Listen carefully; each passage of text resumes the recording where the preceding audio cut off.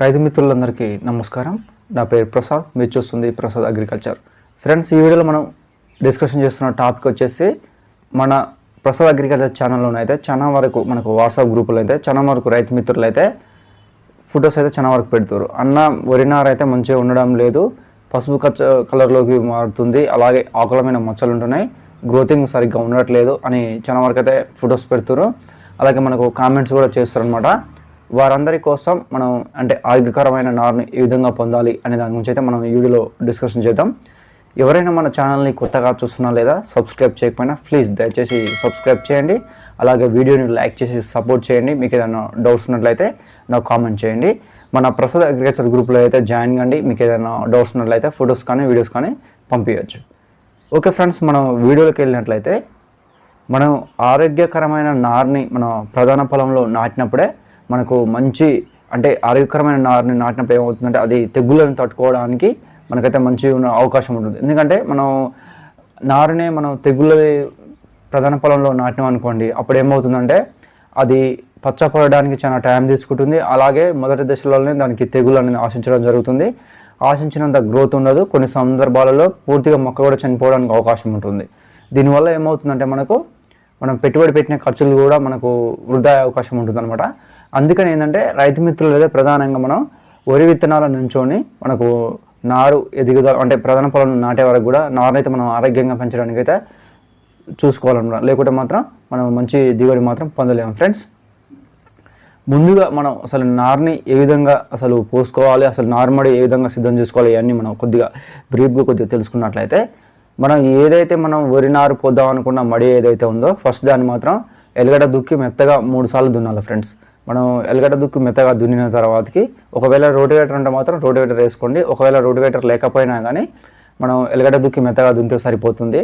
అలాగే ఏంటంటే మనం ఏదైతే మనం ఈ విత్తనాలు ఎంపిక చేసుకున్న విత్తనాలు అయితే ఏవైతే ఉన్నాయో వాటిని ఖచ్చితంగా మనం కలుపు సమస్య లేకుండా ఉండాలనుకుంటే మాత్రం తెచ్చిన సీడ్స్ ఏవైతే ఉన్నాయో అవి మనం ఎగబోసుకోవాలన్నమాట. ఎగబోసుకోవడం వల్ల ఏమవుతుందంటే దాంట్లో మనం సీడ్కి సంబంధించిన చేసిన ప్రాసెసింగ్లో ఏమన్నా మన ఒడిపిల్లికి సంబంధించిన గింజలు కానీ ఇంకా వేరే కానీ ఏమైనా ఉన్నట్లయితే మనం ఈ ఎగబట్టడం వల్ల ఏమవుతుందంటే మనకు ఆ గాలికి అనేది పోయి మనం ఒడిపిల్లి అనేది ఉండడం అంటే ప్రధాన పొలంలో వరి విత్తనాల నుంచి నేరుగా ప్రధాన పొలంలో కలుపు రాకుండా అలాగే మనం మందులు కూడా స్ప్రే చేయడానికి కూడా మనం అంటే కొద్దిగా ఖర్చు అనేది తగ్గించుకోవచ్చు అనమాట. ఇది ప్రతి రైతు మిత్రుడు గమనించుకోండి.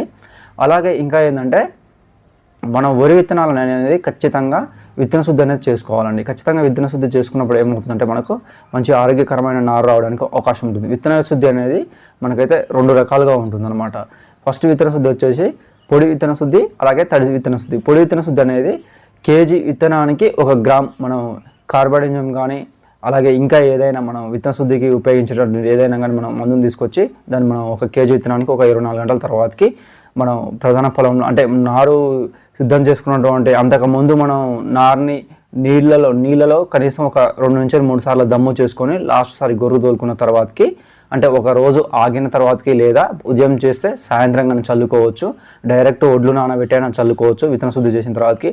అలాగే తడి విత్తన శుద్ధి ఏంటంటే కేజీ అంటే విత్తనం ఏదైతే నీటి ఉందో అది ఇప్పుడు ఇక్కడ మనం ఏంటంటే ఇక్కడ నీళ్ళలో కలుపుకొని మనం చల్లవలసి వస్తుంది. అంటే లీటర్ నీటికి 1 గ్రామ్ మనం కలిపి అలాగే మనం దాని నీళ్ళలో నానబెట్టుకొని 24 గంటల తర్వాతకి మండే కట్టి తర్వాతకి మనం ఒడ్లను అంటే మనం మొలకొచ్చిన తర్వాతకి చల్లుకోవాల్సి ఉంటుంది.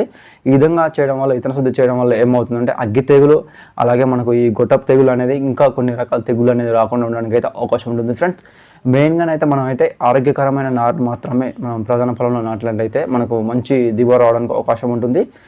అంటే ముందు దశలో మనం ఏదైతే ప్రథమ దశలో ఉందో మనం చిక్కుల్లో పడకుండా మంచి యాజమాన్యం చేయడానికి అయితే అవకాశం ఉంటుందన్నమాట. ఎందుకంటే సరిగ్గా వాతావరణం లేదనుకోండి ఇది మనం ఇంకా గ్రోతింగ్ అనేది తగ్గిపోవడానికి అవకాశం ఉంటుంది. మనం వెంటనే మందులు కానీ గుళికలు కానీ స్ప్రే చేయడానికి అయితే అవకాశం ఉంటుందన్నమాట. ఇదైతే ప్రతి రైతు మిత్రుడు అయితే గమనించండి. నెక్స్ట్ ఇంకా ఏంటంటే నారుని ఏ విధంగా సాకాలి అంటే మనం ఒడ్లు కానీ మనం మొలక కానీ చల్లిన తర్వాతకి ఏ విధంగా సాదాలి అనేది మనం చూసుకున్నట్లయితే ఒకవేళ కనుక మనం ఒడ్లు కనుక మనం నానబెట్టిన ఒడ్లను కనుక చల్లినట్లయితే అంటే 3వ రోజు మనం వాటర్ తీసేయాల్సి ఉంటుంది. అలాగే మొలక మాత్రం మనం చల్లినట్లయితే మనం చల్లిన మరుసటి రోజు మనం తీయాల్సి ఉంటుంది.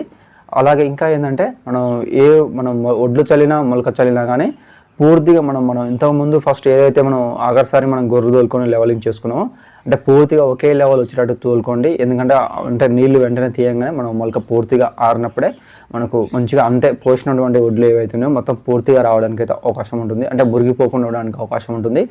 ఒకవేళ మనం వర్షాలు వచ్చి మనం ఆ విధంగా ఎమ్మటే నీళ్ళు పెట్టి ఎమ్మటే తీసే లోపల కూడా ఎమ్మటే ఆరిపోయేటట్టు ఉండాలన్నమాట. కొన్ని సందర్భాల్లో ఏమవుతుంటే కొన్ని దగ్గర కొన్ని ఎంత చేసినా కానీ కొన్ని దిక్కుల్లో అయితే ఉండదు అనమాట.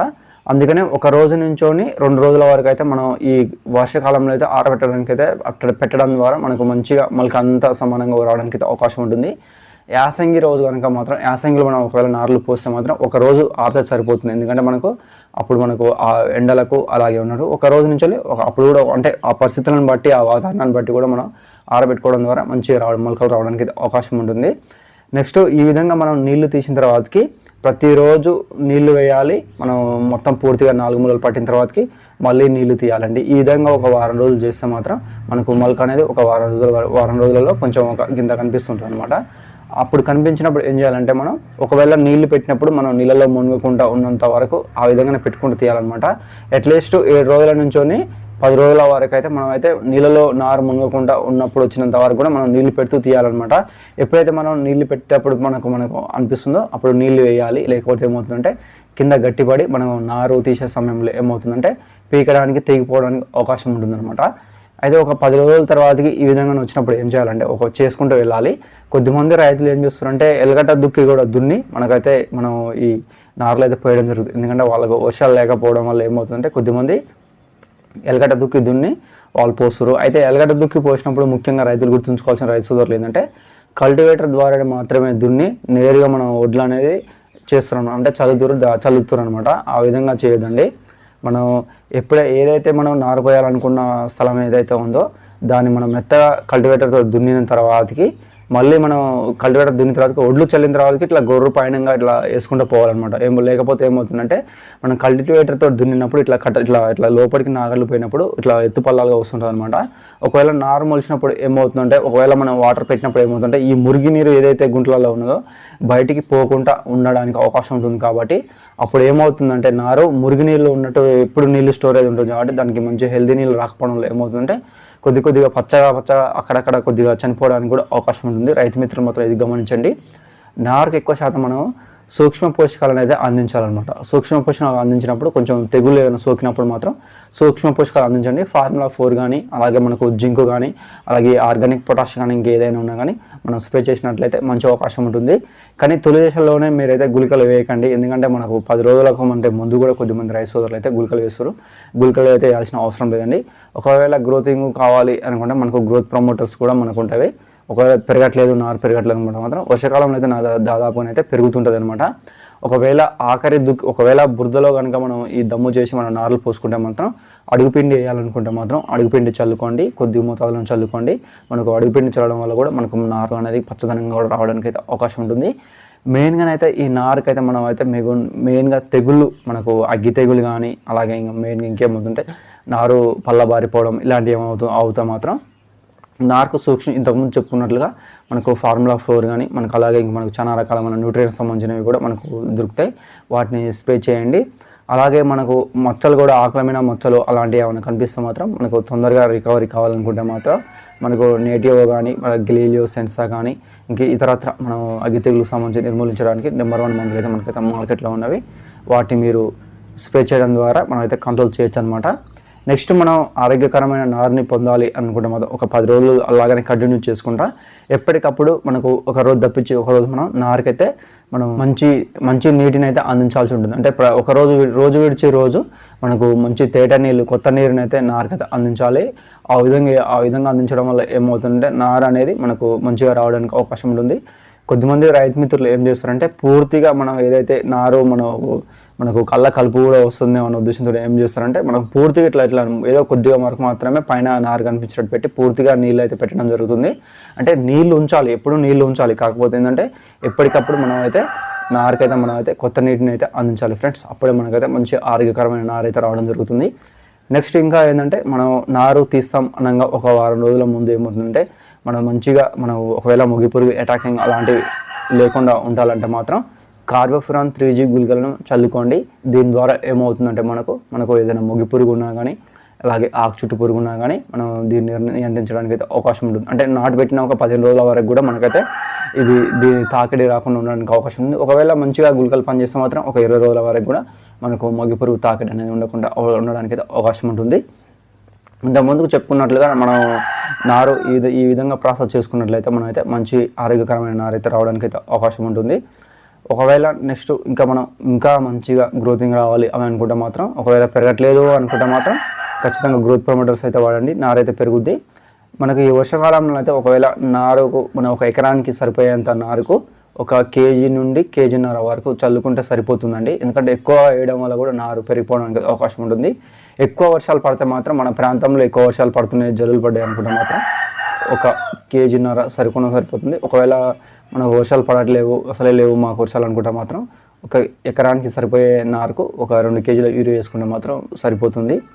ఇంకా ఏంటంటే మనం ఆరోగ్యకరమైన నారు అంటే మనం ఈ విధంగా చేయడం ద్వారా పొందవచ్చు.